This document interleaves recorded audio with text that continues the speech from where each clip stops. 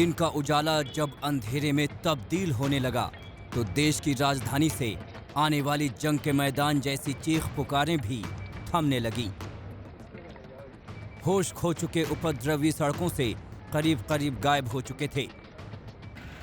ट्रैक्टरों की रेलम पेल भी थमने लगी थी। लाल किले में बड़ी तादाद में उपद्रवियों ने घुसपैठ की थी। देर रात उन्हें भी ढूंढ ढूंढ कर बाहर किया गया।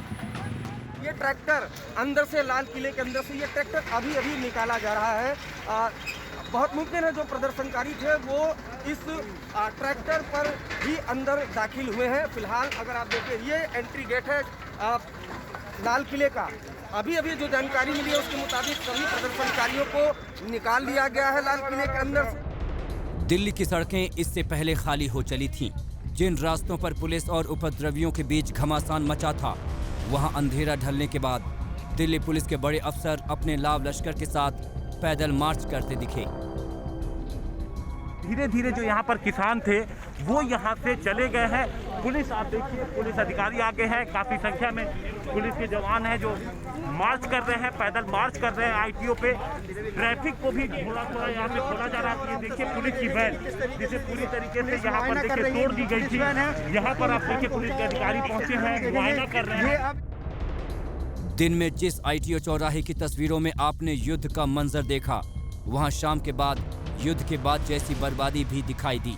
उपद्रवी तो भाग चुके थे, लेकिन हर तरफ टूट फूट के गहरे निशान थे। सुबह के वक्त यहाँ पर हजारों की संख्या में किसान पहुँच गए। पुलिस और किसान आमने सामने हो गए। काफी सरकारी संपत्ति को नुकसान पहुँचाया गया। डीटीसी बस को पूरी तरीके से तोड़ दिया गया और पूरे दिन यहाँ पर किसान बैठे रहे। लेकिन अब शाम के 6 बजे आप देख सकते हैं धीरे धीरे जो किसानों की संख्या है वो काफी कम हो गई है। किसान धीरे धीरे करके यहाँ पे चले गए हैं।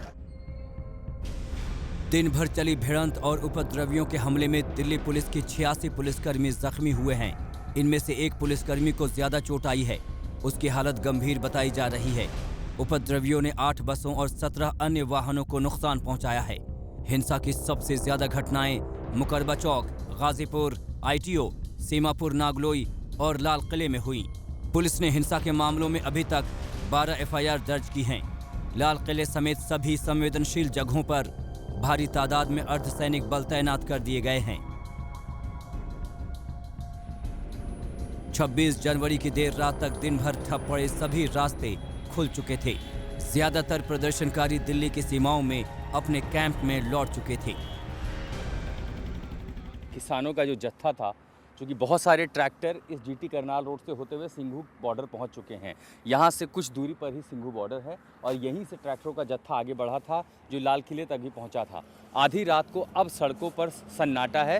हालांकि ट्रैक्टर की संख्या इतनी ज़्यादा थी कि रह रह के अभी भी जो ट्रैक्टर, उनकी आवाज़ हम सुन पाते हैं, उनका जो म्यूज़िक सिस्टम उससे पहचान में आती है। आगे झंडे हैं, वो लगातार इस रास्ते से गुजरते हुए सिंघू बॉर्डर की ओर जा रहे हैं।